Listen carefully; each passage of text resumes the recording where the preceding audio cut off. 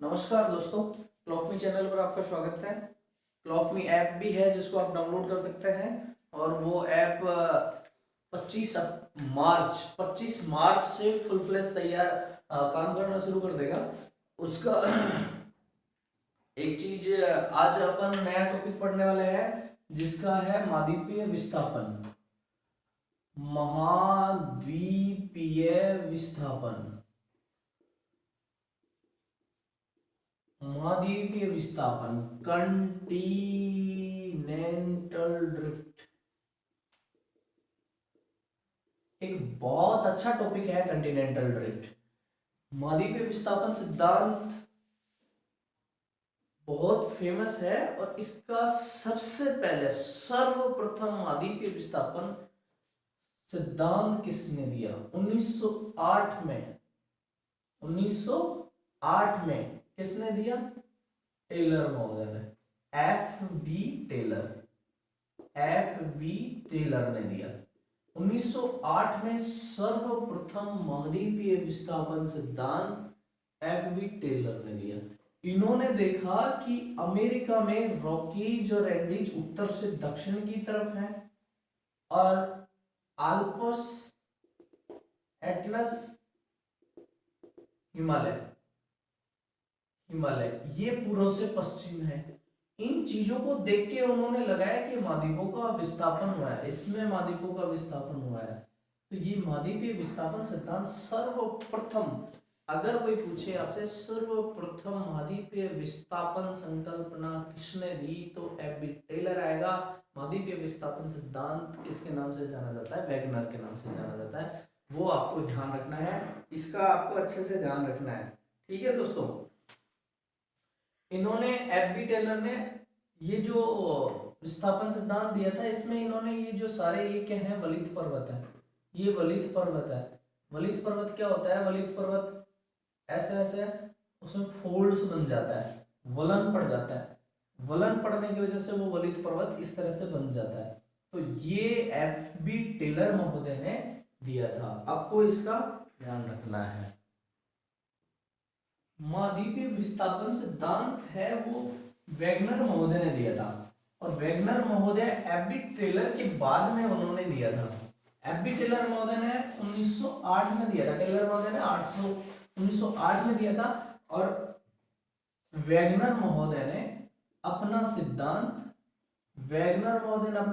1912 में दिया था दोस्तों, ये याद रखना है। वैगनर महोदय ने अपना सिद्धांत 1912 में दिया था। वैगनर महोदय ने महाद्वीपों के उत्पत्ति, आकार, विस्तार आदि को बताने के लिए, आदि के लिए अपना सिद्धांत दिया था। अपना सिद्धांत दिया था वैगनर महोदय ने। इनको महाद्वीपों की उत्पत्ति, आकार, विस्तार, उनका सब रूप वगैरह कैसे है, उस सब को लिए अपना सिद्धांत, महाद्वीपीय विस्थापन सिद्धांत दिया था। वैगनर महोदय ने चट्टानों का संरचना पर भी अध्ययन करा था।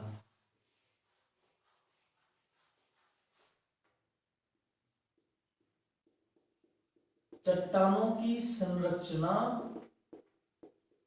तथा जीवाश्म पर भी अध्ययन करा था। उन्होंने संरचना और जीवाश्म पर भी अध्ययन करके और फिर अपना सिद्धांत प्रतिपादित किया था कि ये सिद्धांत क्या है और इसके रिगार्डिंग क्या क्या चीजें आपको देखनी है, क्या क्या चीजें आपको वो रखनी है। अब पृथ्वी के इतिहास में महाद्वीप अपने वर्तमान स्थल पर जो अब हैं वैसा पहले नहीं थे। वैगनर महोदय मानते हैं कि ये पहले पृथ्वी की ये महाद्वीप जो इधर अमेरिका है, इधर साउथ अमेरिका है, इधर यूरोप है, इधर अफ्रीका है, ये सब चीजें पहले नहीं थी। दोस्तों इधर यूरेशिया है, इधर ऑस्ट्रेलिया है। ये सब पहले अलग अलग दो भूखंडों में या एक भूखंड में पेंजिया नामक भूखंड में ही समाहित थे। फिर इस भूखंड का विभाजन हुआ, इस भूखंड का विखंडन होने की वजह से इसके अलग अलग टुकड़े बन गए। वैगनर महोदय ने अपने कुछ उद्देश्य लिए थे, जिसमें वैगनर महोदय ने ये बताया कि भाई ये चीजें हैं उनका अध्ययन किया। उन्होंने देखा कि जलवायु अलग अलग जगह पे अलग अलग जलवायु पाई जाती है, इतिहास की जलवायु अलग अलग पाई जाती है। उन्होंने देखा कि जो आज ठंडे प्रदेश हैं वहां पर कोयला की पट्टियां पाई जा रही हैं, कोयला पाया जाता है। इसका मतलब ये है कि वहां कोयला पाया जाता है, इसका मतलब वहां पहले घना वनावरण रहा होगा, और घना वनावरण होने की वजह से वो वन नीचे दब गए और उससे कोयला का निर्माण हो गया। इस तरह से यहाँ आज के ट्रॉपिकल रीजन से वनावरण को वहां ले जाना तो पॉसिबल नहीं है। इसलिए वैगनर महोदय का कहना है कि वो एरिया कभी ट्रॉपिकल रीजन में रहा होगा, इक्वेटोरियल रीजन में रहा होगा, वो एरिया कभी इक्वेटोरियल रीजन में रहा होगा दोस्तों, ऐसा वैगनर महोदय का कहना है। वैगनर महोदय ने अपने उद्देश्य लिए, वैगनर महोदय ने अपने उद्देश्य लिए। उन्होंने कहा कि जलवायु की समस्या है, जलवायु की समस्या है। जलवायु की समस्या क्या है? जहां आज गर्म जलवायु है वहां हिमानी जैसे अवशेष मिल रहे हैं। कहाँ कहाँ मिले हैं?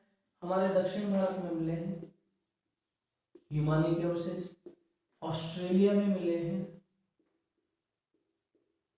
और ब्राजील में मिले हैं। अब यहाँ इन इलाकों में बर्फ का कोई लेना देना ही नहीं है, जबकि यहाँ पर हिमानी के अवशेष मिले हैं। इसका मतलब कि ये भाग कभी ध्रुवों की तरफ रहा होगा पृथ्वी पे, ये भाग कभी ध्रुवों की तरफ रहा होगा। इस तरह वैगनर महोदय का कहना है कि जलवायु की समस्या थी। क्या समस्या थी? इसका अध्ययन करना जरूरी था। ये कैसे हुआ कि विषुवतरेखीय क्षेत्रों में हिमानी के अवशेष मिल रहे हैं और उनमें ध्रुवीय क्षेत्रों में कोयला मिल रहा है। इसका मतलब उष्ण आर्द्र जलवायु पाई जा रही है वहां पर है जो। इस तरह से दोस्तों आपको ये देखना है कि वैगनर महोदय ने जलवायु की समस्या को सुलझाने की प्रयास किया।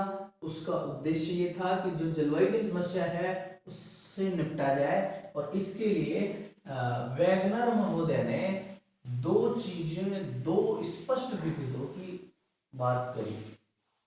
एक तो उन्होंने बात करी कि ये जो या तो ऐसी स्थिति हमारे जलवायु कटिबंध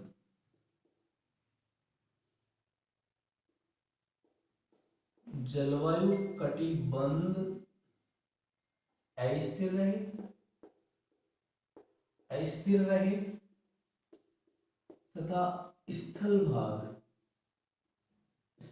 भाग स्थिर रहा।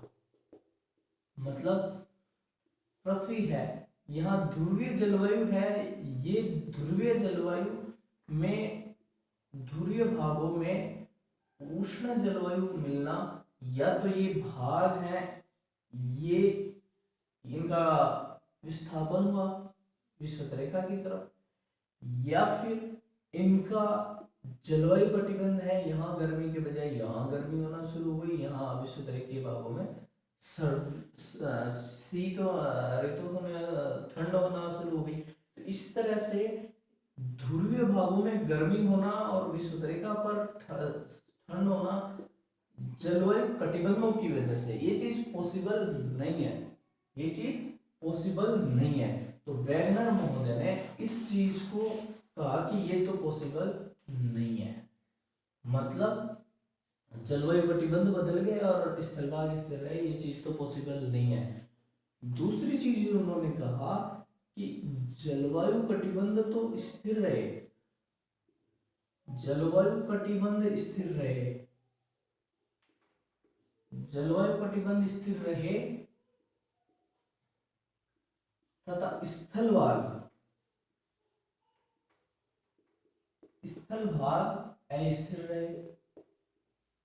मतलब क्या है कि ये पृथ्वी है, ये हमारी इक्वेटर है, आज ये भाग यहाँ है, बाद में ये भाग यहाँ ऐसे हो गया, इसमें ऐसे हो गया। तो ये इक्वेटर वाले इलाके में जो जीवावशेष वगैरह जो थे वो कहाँ चले गए, यहाँ चले गए, मतलब आज वो ध्रुवों पे चले गए। हो सकता है ये कुछ और तरीके से गए हो, मैंने ऐसा बनाया, हो सकता है वो इस तरह से गए हो, तो इस तरह से हो गया। तो ये क्या बन गया, ये कहने हैं, इनका कहना है कि जलवायु कटिबंध भाई यहाँ ठंड है तो ठंडी है, और यहाँ गर्मी है तो यहाँ गर्मी है, लेकिन जो स्थल भाग हैं ये क्या हो गए, स्थल भाग क्या हो गए, विस्थापित हो गए।